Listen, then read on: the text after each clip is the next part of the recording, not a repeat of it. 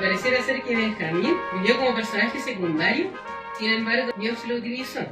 Lo utilizó para que su padre viera la maravillosa voluntad de Dios en medio del dolor debido a la muerte de Raquel. Lo utilizó para que los hermanos de José se redimieran delante de él. Lo utilizó para que Judá, como su fiador, estuviera dispuesto a ocupar su lugar como siervo, ilustrando lo que haría Cristo por nosotros en la cruz. A esta hora, la Iglesia Metodista Independiente se reúne para presentar su programa En Espíritu y Verdad. Dios es Espíritu, y los que le adoran en espíritu y verdad es necesario que le adoren. Bienvenidos al programa de hoy.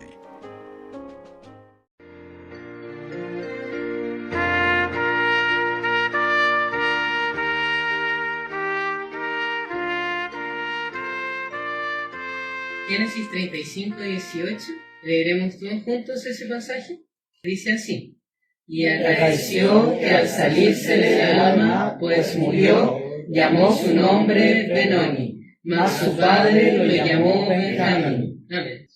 La vida de Benjamín, el último hijo de Jacob, nos demuestra que la voluntad de Dios puede ser dolorosa, pero también es de bien para sus hijos. Esta exhortación permitirá aprender enormemente acerca de este personaje comúnmente oculto por la sombra de sus hermanos. Comenzaremos indicando antecedentes personales de Benjamín. Estos contemplan sus lazos familiares, lugares de residencia, época en la que vivió y profesión o oficio. En cuanto a los lazos familiares, Benjamín fue el 12º hijo de Jacob, uno de los patriarcas del Antiguo Testamento. Jacob tuvo hijos con 4 mujeres, Lea y Raquel, hijas de Labán, y Bilha y Silpa, siervas de Raquel y Lea respectivamente. La Biblia declara explícitamente los nombres de los 12 hijos de Jacob, de los cuales surgieron las 12 tribus de Israel. Génesis 35, desde el versículo 22, la última parte, hasta el versículo 26 dice lo siguiente: Ahora bien, los hijos de Israel fueron 2, los hijos de Lea, Rubén, el primogénito de Jacob, y Simeón, y Leví, y Judá, e Isaacar, y Zabulón. Los hijos de Raquel, José y Benjamín. Los hijos de Bilha, sierva de Raquel, Dan y Neftalí. Los hijos de Silpa, sierva de Lea, Gad y Aser. Estos fueron los hijos de Jacob, quienes nacieron en Padán Aram. Si bien cuando hablemos del nacimiento de Benjamín, profundizaremos brevemente en su madre Raquel, vamos a adelantar que fue la esposa más querida por Jacob. Él trabajó 14 años para Labán, padre de Raquel, para poder tomarla por mujer. La Biblia nos enseña que estos años parecieron pocos delante de Jacob porque amaba tanto a Raquel que para él no era problema trabajar por ella. Aquí hay un pasaje en Génesis 29:20 que se refiere a los primeros 7 años que él trabajó. Dice: Así sirvió Jacob por Raquel 7 años y parecieronle como pocos días porque la amaba. Y luego Génesis 29:30, que se refiere a los segundos 7 años que él trabajó, dice lo siguiente: Y entró también a Raquel y amóla también más que a Lea, y sirvió con él aún otros 7 años. Y no solo Jacob tuvo hijos, sino que Benjamín también tuvo sus hijos. Y la Biblia declara los nombres de los hijos de Benjamín que viajaron desde Canaán a Egipto en el capítulo 46, versículo 21. Y dice: Y los hijos de Benjamín fueron Bela, y Becher, y Asbel, y Gera, y Naamán, y Eí, y Ros, y Upim, y Ad. Y más adelante explicaremos por qué esta familia tuvo que viajar de Israel a Egipto, pero por ahora solamente adelantaremos los nombres. Y también debemos señalar que, si bien yo les mencioné recién estos nombres que se muestran en Génesis, en el libro primero de las Crónicas se mencionan menos nombres e incluso distintos. Lo que dice primero de las Crónicas 7:6 es: los hijos de Benjamín fueron 3, Bela, y Becher, y Gedaliel. Luego, primero de las Crónicas 8, del versículo 1 al 2 dice: Benjamín engendró a Bela, su primogénito, Asbel el segundo, Ara el tercero, Noa el cuarto y Rafa el quinto. Debemos destacar que esto no es una contradicción. El pasaje leído en Génesis corresponde a los hijos de Benjamín que fueron trasladados a Egipto. Perfectamente pudieron haber nacido más hijos o incluso algunos haber muerto. Además es común que a los israelitas se les llame más de una manera. Por ejemplo, el mismo Jacob, que también se llamaba Israel.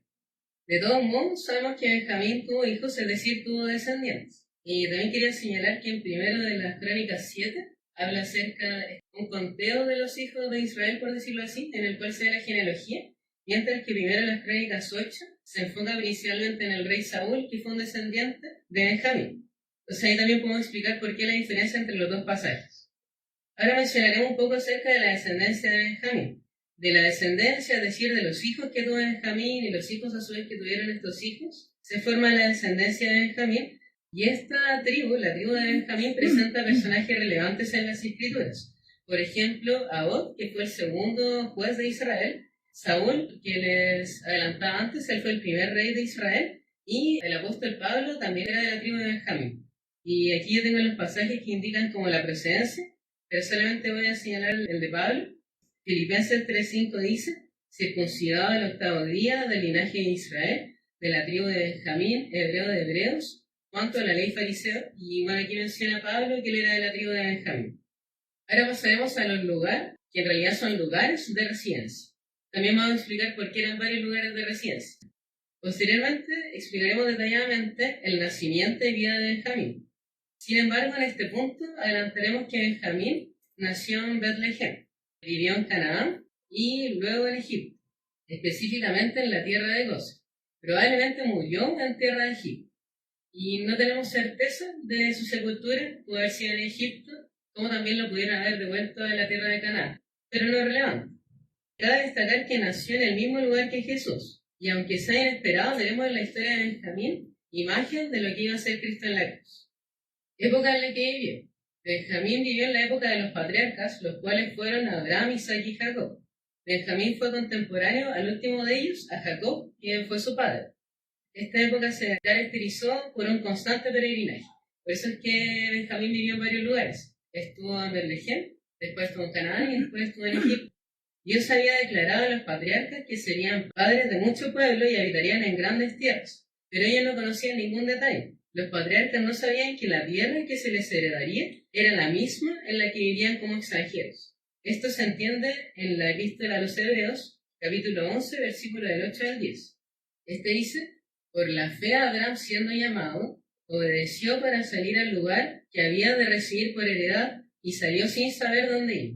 Por fe habitó en la tierra prometida, como en tierra ajena, morando en cabañas con Isaac y Jacob, herederos juntamente de la misma promesa, porque esperaba ciudad con fundamentos, el artífice y hacedor de la cual es Dios. Como bien se infiere de la Escritura, específicamente de este pasaje, la época de los patriarcas es una época de fe en el pacto incondicional de Dios con Abraham.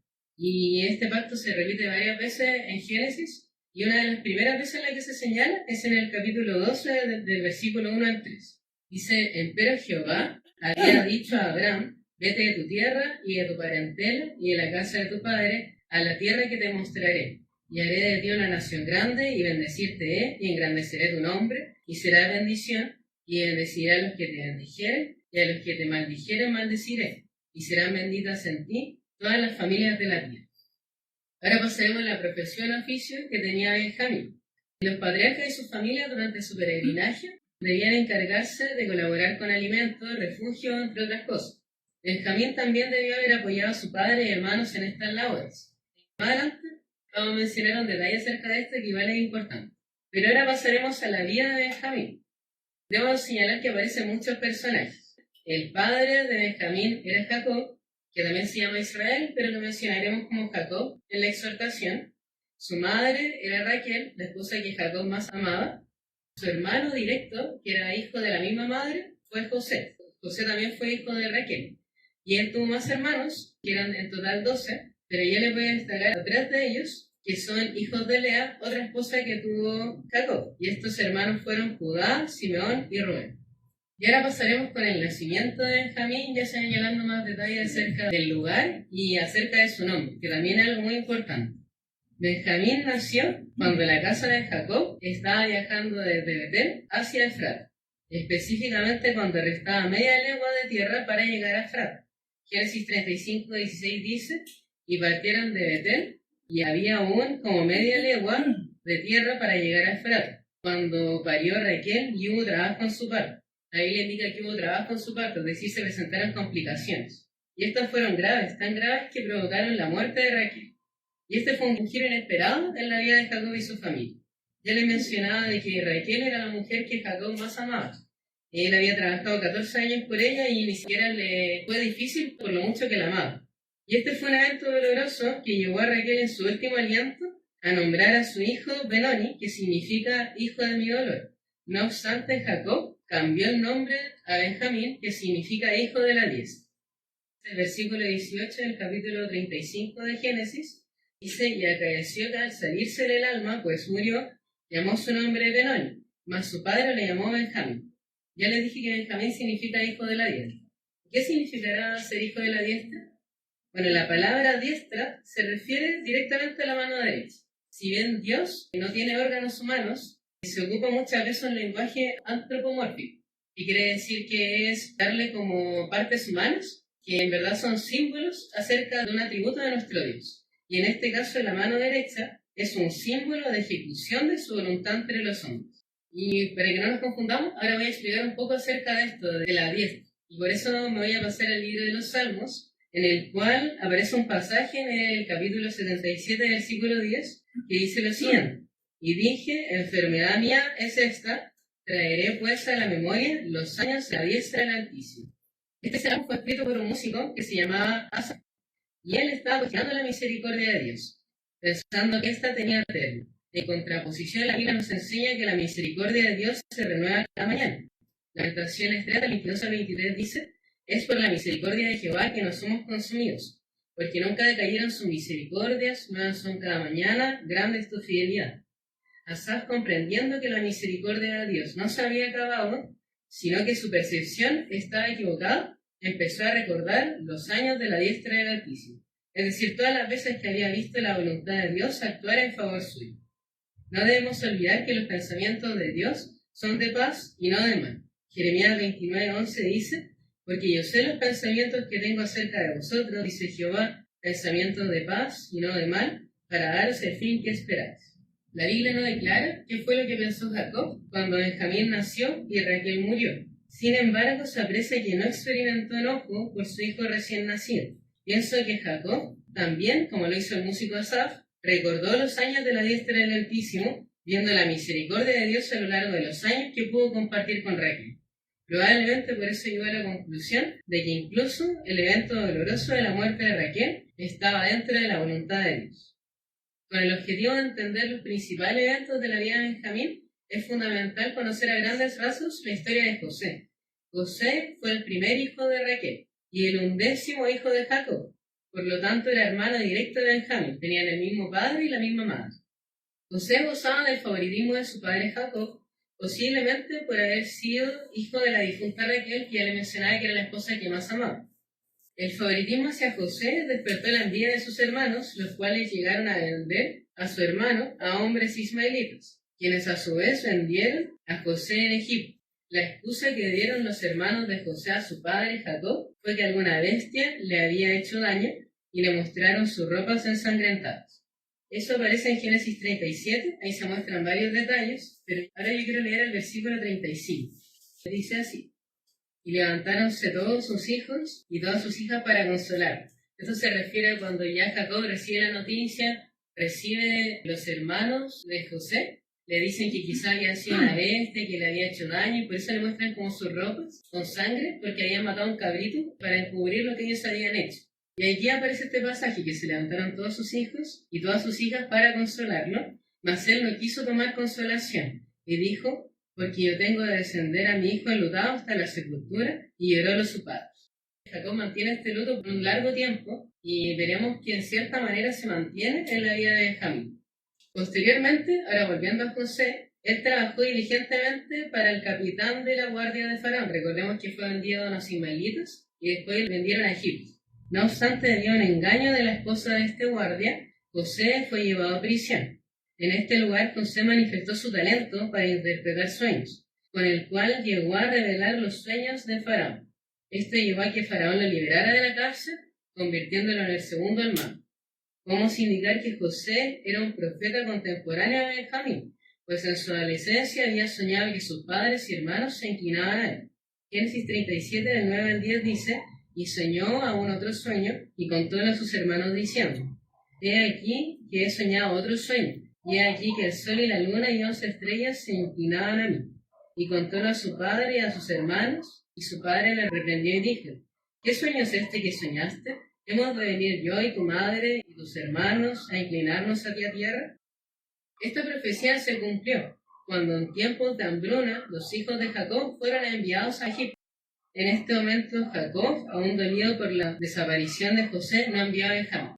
Y por eso Génesis 42:4 dice: Mas Jacob no envió a Benjamín, hermano de José, con sus hermanos, porque dijo: no sea acaso que le acontezca algún desastre. Recordemos que había muerto Raquel, la mujer que más amaba, que lo hemos mencionado varias veces, y había muerto también José, hijo de esa mujer, y por eso Jacob quería proteger a Benjamín, que nada malo le pasara. Si bien habíamos indicado que durante el peregrinaje de su familia, el oficio de Benjamín pudo haber sido apoyar con alimentos de refugio, es posible que Jacob lo haya sobreprotegido, dándole un favoritismo similar al de José. Después de todo, Benjamín también era hijo de Raquel. Sin dar importancia a la condición de Jacob, sus 10 hermanos restantes partieron a Egipto, donde José era el señor de la tierra, y vendía alimentos a todo un pueblo que llegara. Ya en esta tierra, los hermanos de José se inclinaron delante de él, mientras ellos no sabían que estaban delante de su hermano, del hermano que habían vendido como esclavo. José sí lo reconoció y fue consciente de que estaba cumpliendo el sueño que había tenido años atrás. Ante esto, José les habló ásperamente y los acusó de ser espías. Con gran temor, los hermanos de José y Benjamín declararon que eran hombres de verdad, con un padre y más hermanos. En lo que dice Génesis 42, del 13 al 15, ellos respondieron: tus siervos somos 2 hermanos, hijos de un varón en la tierra de Canaán. Y aquí el menor está hoy con nuestro padre, y otro no parece. Se estaban refiriendo a José. Y José les dijo: esto es lo que os he dicho, afirmando que sois espías. En esto seréis probados. Y el faraón que no saldréis de aquí, sino cuando vuestro hermano menor aquí viniere. Posteriormente José tomó como rehén a Simeón, hasta que el resto de sus hermanos regresaron con Benjamín. Podríamos pensar que José estaba castigando a sus hermanos con estas medidas. Sin embargo, la Biblia nos muestra que todos los que volvieron a Canaán, es decir, los 9 hijos restantes de Jacob, porque uno se había quedado con José, tenían el dinero que habían llevado para comprar alimento en la boca de sus costales. José había sido misericordioso con sus hermanos y les había entregado sustento gratuitamente. Y ya en Canaán informaron a su padre lo que había ocurrido, generándole una gran preocupación.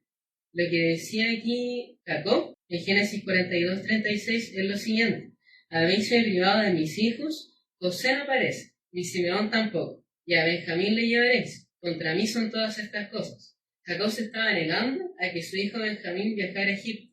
Rubén, para el objetivo de convencerlo, ofreció a sus hijos como sacrificio si algo le llegaba a ocurrir a Benjamín.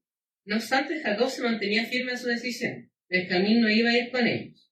¿Cuál habrá sido el argumento final que convenció a Jacob? Fue el noble ofrecimiento de Judá como fiador de Benjamín, es decir, él lo que hizo, lo que él se ofreció como culpable delante de su padre si es que algo le llegaba a pasar a Benjamín.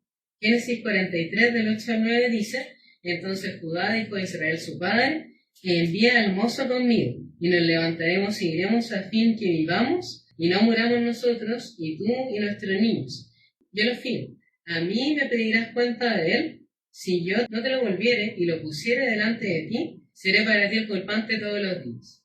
Esta acción logró que Jacob estuviera dispuesto a desprenderse de sus hijos y los enviara a todos, incluido Benjamín, a buscar alimento. Nuevamente fueron 10 viajando de Canaán a Egipto. Lo que dice Génesis 43:14, cuando ya Jacob se rinde y entrega a Benjamín para que vaya a Egipto, dice lo siguiente: y el Dios omnipotente os dé misericordia delante de aquel varón, y os suelte al otro vuestro hermano, y a este Benjamín, y si he de ser privado de mis hijos, sea. La acción de Judá demostró que Dios había trabajado en los corazones de sus hermanos crueles que habían vendido a José a los ismaelitas. Con ellos se aprecia otra enseñanza en los hechos de la vida de Benjamín. Solo Dios puede convertir corazones de piedra en corazones de carne. Ezequiel 11, del 19 al 20 dice: y darle sea un corazón y espíritu nuevo daré en sus entrañas, y quitaré el corazón de piedra de su carne, y daré el corazón de carne, para que anden en mis ordenanzas y guarden mis juicios, y los cumplan, y me sean por pueblo, y yo sea a ellos por Dios. Solamente Dios podía hacer este cambio en sus hermanos, en los hermanos de José, y pensemos que José no sabía esto, no sabía que sus hermanos ya habían cambiado, que sus hermanos no habían maltratado a su hermano Benjamín como lo habían maltratado a él. Pero tengamos presente que José no sabía esto. Y ahora los hermanos de José fueron de Canaán a Egipto, luego volvieron a Canaán y ahora volvieron a Egipto. Y ahora van con Benjamín delante de José. Y aquí ocurren muchos eventos. Primero, José, al ver que Benjamín estaba junto a sus hermanos, le pidió a su mayordomo que preparara alimentos para recibirlos en su casa y comer con ellos. Luego, cuando fueron recibidos por José, estos se encontraban con mucho temor. Los hermanos de José pensaban que el dinero que cada uno había encontrado en la boca de sus costales los había metido en un lío. Por ende, llegando a José, le comentaron que traían el doble de dinero para entregarle en caso de que no hubiera recibido el pago anterior. Sin embargo, José contestó pacíficamente y después liberó a Simeón. Posteriormente, José vio a Benjamín y cuando esto ocurrió, se le conmovieron sus entrañas. Génesis 43, del versículo 29 al versículo 30 dice: Y alzando él sus ojos, vio a Benjamín su hermano, hijo de su madre, y dijo: ¿Es este vuestro hermano menor de quien me hablasteis? Y dijo: Dios tenga misericordia de ti, hijo mío. Entonces José se apresuró, porque se conmovieron sus entrañas a causa de su hermano, y procuró donde llorar, y entróse en su cámara, y lloró allí. José amaba enormemente a su hermano Benjamín. Es más, cuando José se lavó su rostro y regresó a comer con sus hermanos, se veía que la porción de Benjamín era 5 veces más grande que la de los demás. Probablemente el fuerte lazo entre ellos se debía a que ambos habían nacido de Raquel. Y ahora pasaremos a una historia que, según yo, cuando uno recuerda la historia de José, yo creo que es una parte de la historia que no pasa por alto, que se refiere a una copa de plata. Antes de que los hermanos de José viajaran de regreso a Canaán, José le pidió a su mayordomo que pusiera en el saco de Benjamín su copa de plata. Ahora nos vamos a remontar nuevamente atrás en la historia. Recordemos que José había llegado a Egipto porque él tenía la capacidad de revelar sueños. Esto era lo que provenía de Dios. Y con esta copa, lo que dice el pasaje es que él podía adivinar, pero se refiere justamente a este talento, o sea, que Dios se lo había dado a José. Él había sido liberado en la cárcel, de la capacidad de revelar los sueños que otras personas tenían. Entonces José le pidió a su mayordomo que pusiera esta copa de plata en el saco de Benjamín. Luego de que sus hermanos partieron nuevamente a Canaán, cuando ya iban viajando, va el mayordomo a interrumpir su viaje y le dice que la copa del Señor estaba perdida y que probablemente uno de ellos la tenía. Los hermanos de José estaban tan convencidos de que nadie tenía la copa que ofrecieron su servidumbre y la vida de quien la poseyera. Génesis 44:9 dice: ¿A quién de tus siervos en quien fuera ya la copa que muera? Y aún nosotros seremos siervos de mi Señor. Después de que todos dieran vuelta a sus sacos, la copa apareció en el saco de Benjamín. Imaginen el espanto que sintieron sus hermanos. La Biblia indica que arrancaron sus vestidos y partieron a casa de José, liderados por Judá, quien era fiador de Benjamín. Era, yo creo, que el que más asustó cuando vio la copa de plata en el saco de Benjamín. Una vez que llegaron a casa de José, se postraron delante de él y se ofrecen por siervos junto a Benjamín. Sin embargo, José les dijo que no era necesario. Sería algo injusto que todos pagaran por el precio que una persona había cometido. De que una persona se había llevado la copa de plata, que en este caso era Benjamín, lo que dice José, que ese sea mi siervo y los demás se pueden ir. Ahora la pregunta que a uno le surge: ¿qué habrá estado buscando José con todo esto? Lo que yo pienso es que José estaba probando a sus hermanos. José esperaba la demostración final de que sus hermanos habían dejado su pasada manera de vivir. Sus hermanos ya no eran los hermanos crueles que le habían vendido a los ismaelitas. Y aquí la situación que se presenta es que si los hermanos de José estaban dispuestos a dejar a Benjamín, entonces José ya decía: ya, mis hermanos no han cambiado, son iguales como cuando me vendieron a mí. Entonces yo creo que en cierta manera José quería proteger a Benjamín, que Benjamín se quede conmigo.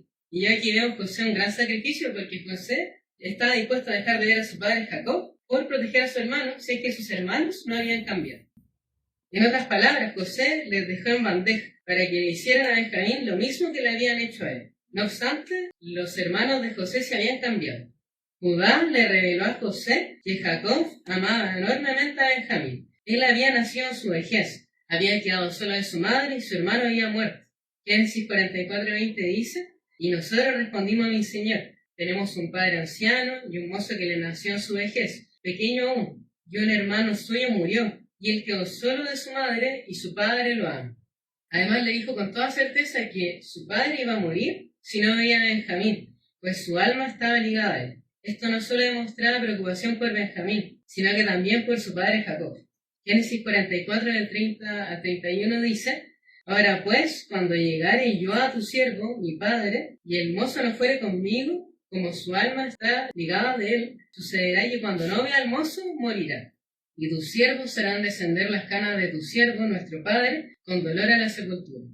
Judá finaliza sus palabras revelando que él se había puesto por fiador de Benjamín, y en esa responsabilidad él estaba dispuesto a ocupar su lugar como siervo de José. Esto lo leemos en Génesis 44, del 32 al 34.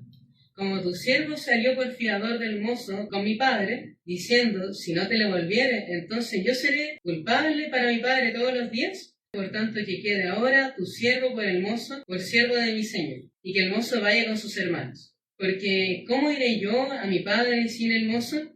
No podré por no ver el mal que sobrevendrá a mi padre.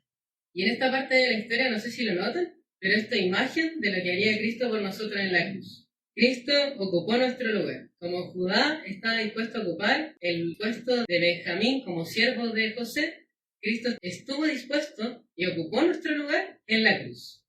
Lo que leemos en la segunda epístola a los Corintios, capítulo 5, versículo 21 es lo siguiente: Al que no conoció pecado, hizo pecado por nosotros, para que nosotros fuésemos hechos justicia de Dios en él.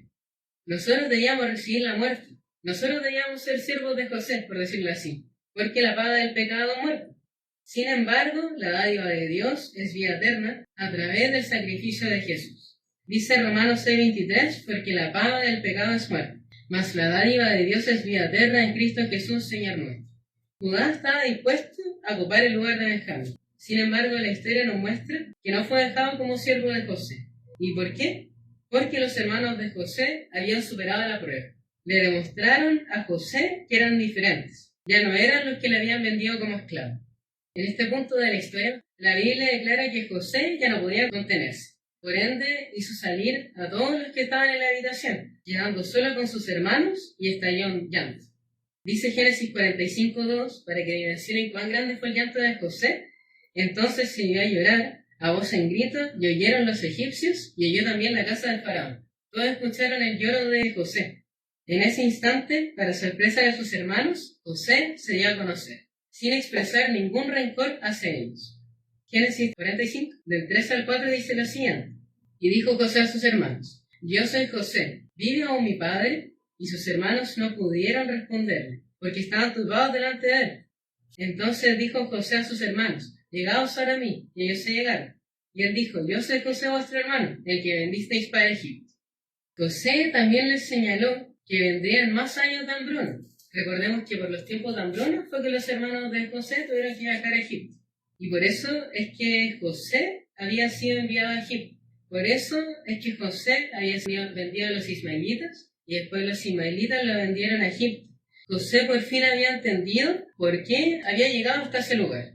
Génesis 45, del 5 al 8 dice, ahora pues no os entristezcáis ni os pese de haberme vendido acá, que para preservación de vida me envió Dios delante de vosotros, que ya ha habido 2 años de hambre en medio de la tierra, y aún quedan 5 años, en que ni habrá arada ni siega. Y Dios me envió delante de vosotros para que vosotros quedaseis en la tierra y para daros vida por medio de grandes salvamentos. Así pues, no me enviasteis vosotros acá, sino Dios, que me ha puesto por padre de Faraón, y por señor de toda su casa, y por gobernador en toda la tierra de Egipto. Entonces, José se puso a disposición de ayudar a su familia, de que sus hermanos habitaran junto a él bajo su cuidado. José había comprendido lo mismo que Jacob comprendió en el nacimiento de Benjamín, cuando había muerto Raquel. La voluntad de Dios puede ser dolorosa, pero siempre se encamina bien para sus hijos. Después de que José se diera a conocer, ocurre algo hermoso. Él abraza y llora sobre cada uno de sus hermanos, partiendo por su hermano Benjamín. Dice Génesis 45, del 14 al 18, y echóse sobre el cuello de Benjamín su hermano, y lloró, y también Benjamín lloró sobre su cuello, y besó a todos sus hermanos, y lloró sobre ellos, y después sus hermanos hablaron con él. Aquí lo que me llama la atención es que se explicita que solamente Benjamín fue el que le regresó el lloro a José, por decirlo así. José lloró sobre sus hermanos, pero aquí explicita que Benjamín lloró sobre José. Y aquí se muestra que Benjamín amaba a su hermano José como él le amaba. Ya en la última etapa de este sermón, correspondiente a las conclusiones, me llama la atención que en la vida de Benjamín, quien menos protagonismo pareciera tener es Benjamín. Él ha sido la puerta para poder hablarles de Jacob, de Raquel, de José, de Rubén, Simeón y Judá, hasta hablamos acerca de un músico en los salmos. Pareciera ser que Benjamín vivió como personaje secundario en la vida de los demás. Sin embargo, en esa vida tan desapercibida, Dios lo utilizó. Lo utilizó para que su padre viera la maravillosa voluntad de Dios en medio del dolor debido a la muerte de Raquel. Lo utilizó para que los hermanos de José se redimieran delante de él, demostrándole que ya no eran los hombres crueles que lo habían maltratado. Lo utilizó para que Judá, como su fiador, estuviera dispuesto a ocupar su lugar como siervo, ilustrando lo que haría Cristo por nosotros en la cruz. Él ocupó nuestro lugar, permitiéndonos tener vida eterna. Son tantas las conclusiones que podemos extraer de la vida de Benjamín, pero yo quiero destacar lo que yo dije en la proposición inicial. La voluntad de Dios puede ser dolorosa, pero siempre es de bien para sus hijos. Como lo indica la epístola a los Romanos, en el capítulo 8, versículo 28, y sabemos que a los que a Dios aman, todas las cosas les ayudan a bien. Es a saber a los que conforme al propósito son llamados.